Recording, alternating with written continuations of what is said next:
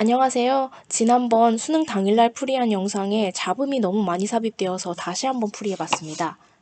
이 34번 문제에 대해서 논란이 많은데요. 세간의 평과는 달리 매우 뚜렷하게 논지를 제시하고 있고 일관적으로 그 흐름을 따라가다가 논지를 한 번 더 강조해주는 구조로서 정답 12가 걸릴 만한 부분은 하나도 없었고요. 내용이 어려웠다고 하는데 그 부분은 문장을 독해력을 키워서 문장 독해를 구조적으로 똑바로 했다면 어렵게 해석되는 문장도 없었습니다. 그걸 방증하는 게 여기 달린 각주입니다. benevolence, 자비심. 이게 그렇게 어려운 단어인가요? 그건 아닙니다. 이번 수능의 특징이 정말로 교과 과정에서 벗어난 그렇게 어려운 어휘도 쓰지 않았고 교과 과정에서 다루지 않은 구문도 사용하지 않았습니다. 그럼에도 불구하고 우리 학생들이 어렵게 느낀다는 것은 절대평가가 시행된 이후로 영어 시험이 쉬워졌을 때 그때 막 부상하던 공부법이 여기에 이렇게 단어 있으면 이 단어 뜻을 가지고 계속 설명하고 단어 뜻을 한참 설명하고 문장 자체의 본질은 꿰뚫어 보려고 하지 않고 단어에 대해서 설명하고 다른 단어가 있으면 단어 이렇게 설명하고 다른 단어 있으면 이렇게 설명하고 그래서 이걸 이어붙인 내용이 이겁니다. 이렇게 딱 답을 고르고 지나가던 습관대로 풀어서 그렇습니다. 만약 우리 수험생 여러분들께서 그 2026학년도 대비 EBS 연계교재 같은 특히 영어 독해 연습을 잘 풀었다면 이런 내용이나 구성의 지문에 익숙하다고 느꼈을 것입니다. 다시 한번 해설해 보겠습니다. Kant was a strong defender of the rule of law as the ultimate guarantee not only of security and peace, but also of freedom. 칸트는 강력한 수호자였습니다. of the rule, 규칙의 수호자, 법 규칙의 수호자요. 근데 무엇으로서의 법이래요? 궁극적인 보장 수단으로서의 법 규칙의 수호자였습니다. Not only but also. 이것뿐만 아니라 이것. 그러면은 이러한 구문에서는 방점이 여기가 아니라 여기에 있는 것이죠. 그래서 안정성이나 그 평화를 궁극적으로 보장하는 것으로서의 법의 규칙의 수호자라기보다는 무슨 의미로서의 법이요? 자유에 방점을 둔 거예요. 자유의 궁극적인 수단으로서의 법 규칙의 강력한 수호자였습니다. 이 말은 법의 궁극적 목적은 자유수호래요. 자, he believed that human societies were moving towards more rational forms regulated by effective and binding legal frameworks because only such frameworks enable people to live in harmony, to prosper, and to cooperate. 자, 칸트는 믿었습니다. 이 전체 사실을요. 인간 사회가 나아가고 있다는 사실을 믿었습니다. 향해서요. 좀 더 이성적인 형태의 사회로 나아가고 있다고 믿었습니다. 그런데 그 사회는 무엇의 지배를 받아요? 규율되는 형태의 사회. 효율적이고 구속력 있는 법적 틀에 의해서 규율되는 이성적 형태의 사회를 향해서 우리가 나아가고 있다고 했습니다. 왜냐하면요. 오직 그러한 법 체계만이 가능케 할 수 있기 때문입니다. 그 사회에서 살아가는 사람들로 하여금 조화롭게 사는 것을 1번, 그리고 번영하는 것을 허락하고 또 3번, 협동하는 것을 허락하기 때문입니다. 법만이 사회 내에서 살아가는 사람들이 이렇게 번영하고 협동하도록 할 수 있대요.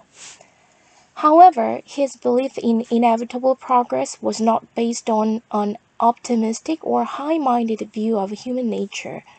however이라고 해서 논지가 전환되는 건 아니고요. 계속 이 논지를 뒷받침해주고 있습니다. 그러나 그 칸트의 믿음이요. 이 믿음은 어떤 믿음이에요? 불가피한 진보에 대한 믿음. 이러한 진보는 어떤 형태의 진보이죠? 좀 더 합리적인 법에 의해 규율되는 이성적 형태의 사회로 나아가고 있는 이 진보에 대한 믿음은 근거한 것이 아니었습니다. 낙관적이거나 아니면 고결한 그 관점, 인간의 본성에 대한 고결한 관점에 대해서 근거하고 있는 것이 아니었습니다. On the contrary, 그와는 반대로 it comes close to Hobbes's outlook. 이시 가리키는 건 칸트의 그 인간 사회의 불가피한 진보에 대한 그런 믿음이죠. 그런 믿음은 가까이 다가갑니다. 홉스의 윤곽에. 홉스가 보는 이 사회는 어때요? 만인에 대한 투쟁 상태로서 그 사회의 이 무질서를 통치하기 위해 각각의 권리를 리바이어던이라고 불리는 군주에게 이렇게 위임을 해서 그 군주의 통치를 받는 사회계약론 이런 거 이제 윤리 시간에 배웠죠. 혹시 그런 걸 모른다고 하더라도 수능 지문은 그것과 상관없이 내용을 이해한다면 답을 고를 수 있게 해줍니다. 네, 홉스의 아웃룩을 이렇게 컬언으로 전개하고 있네요. Man's violent and conflict-prone nature makes it necessary to establish and maintain an effective legal framework in order to secure peace. 인간의 그 폭력적이고 prone 하면은 어디로 기우는 그런 경향이죠. 갈등에 기우는 그런 본성은 목적어를 목적격 보호하게 만듭니다. 그것을 더 필수적으로 만듭니다. 근데 이 목적어, 진목적어가 뭐예요? 확립하는 것. 그러니까 인간의 이렇게 폭력적이고 갈등에 치우친 본성은 오히려 확립하는 것을 필수적으로 만듭니다. 그리고 유지하는 것을 필수적으로 만듭니다. 무엇을요? 효과적인 법적 체제를 필수적으로 만듭니다. In order to secure peace, 평화를 보장하기 위해. 그렇지만 아까도 말했지만 이 글에서 방점은 뭐예요? 법은 단순히 그 안정이나 갈등을 중재하다기보다는 자유수호가 궁극적 목적이라는 거죠. We cannot count on people's benevolence or goodwill, but even a nation of devils can live in harmony in a legal system that binds every citizen equally. 우리는 의존할 수 없습니다. 사람들이 자비심이나 선의에만 의존할 수 없습니다. 그러나 심지어 악마들이 국가라고 하더라도 살 수 있을 것입니다. 조화롭게. 법적 체계 안에서. 그런데 그 법이 어때야 돼요? 막 된 법은 아니고 rational 해야 된다고 아까 말했죠.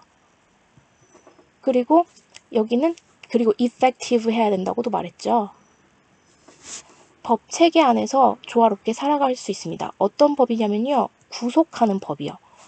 모든 시민들을 동등하게 구속하는 법적 체계 내에서는 악마들만 같이 산다고 해도 조화롭게 살아갈 수 있습니다. Ideally, 이상적으로 the law, 법이라는 것은 is the embodiment of those political principles that all rational beings would freely choose. 법이라는 것은 현신입니다. 어떤 가치가 구체화되어 나타내어진 형태입니다. 무엇의 현신이요? 이러한 정치적 원칙의 현신입니다.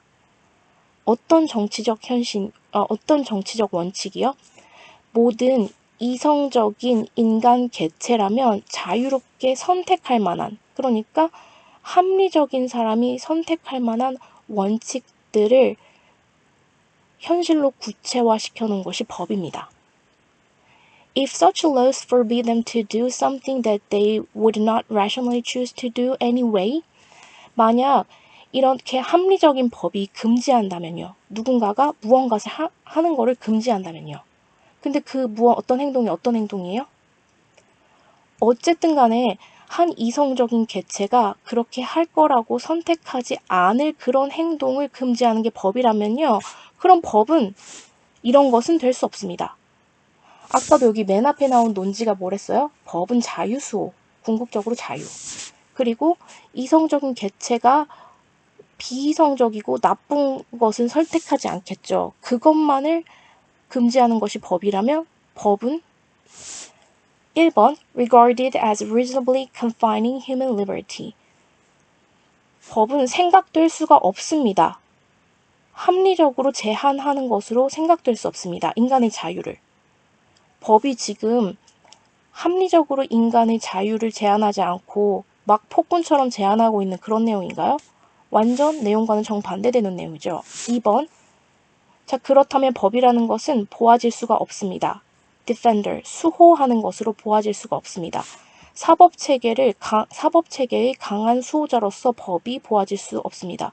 법의 지금 구속력의 세기에 대해서 말하고 있나요? 그건 아니죠. 3번, 만약 법이 그렇게 불합리한 것을 규제하고 있다면 이해될 수 없습니다. 자유에 대한 제약으로서 이해될 수 없습니다. 3번이 답이죠. 법이라는 게 자유 수호에 방점을 두고 있고, 그리고 이성적인 개체들이라면 하지 않을 비이성적이고 잘못된 행동만을 효과적으로 그리고 동등하게 모든 시민들을 구속하고 있다면 그것은 자유에 대한 제약이 아니라 오히려 궁극적으로 자유를 최대한으로 보장하는 수단이라는 게 이 글의 논지니까 3번이 딱 맞죠. 네, 4번. 그럼 법이라는 거는 cannot be enforced. 강요될 수가 없습니다. 효율적으로 to suppress their evil nature. 악마적 본성을 억누르기 위해 효과적으로 강요될 수 없습니다. 이거는 논지에서 좀 벗어난 내용이죠. 법이 효과적으로 구속한다고 하고 있죠. 법이라는 게 받아들여질 수 없습니다. 가정 내에서. 법적 체계의 가정 내에서 법이라는 게 받아들여질 수 없습니다. 논지에서 벗어난 내용이고요.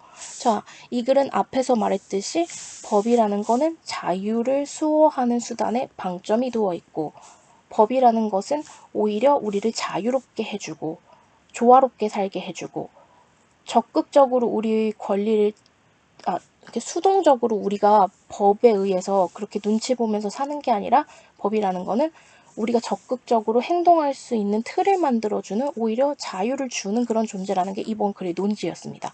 그래서 3번 정상적인 법이라면 우리의 자유에 대한 제약으로서 이해될 수가 없습니다.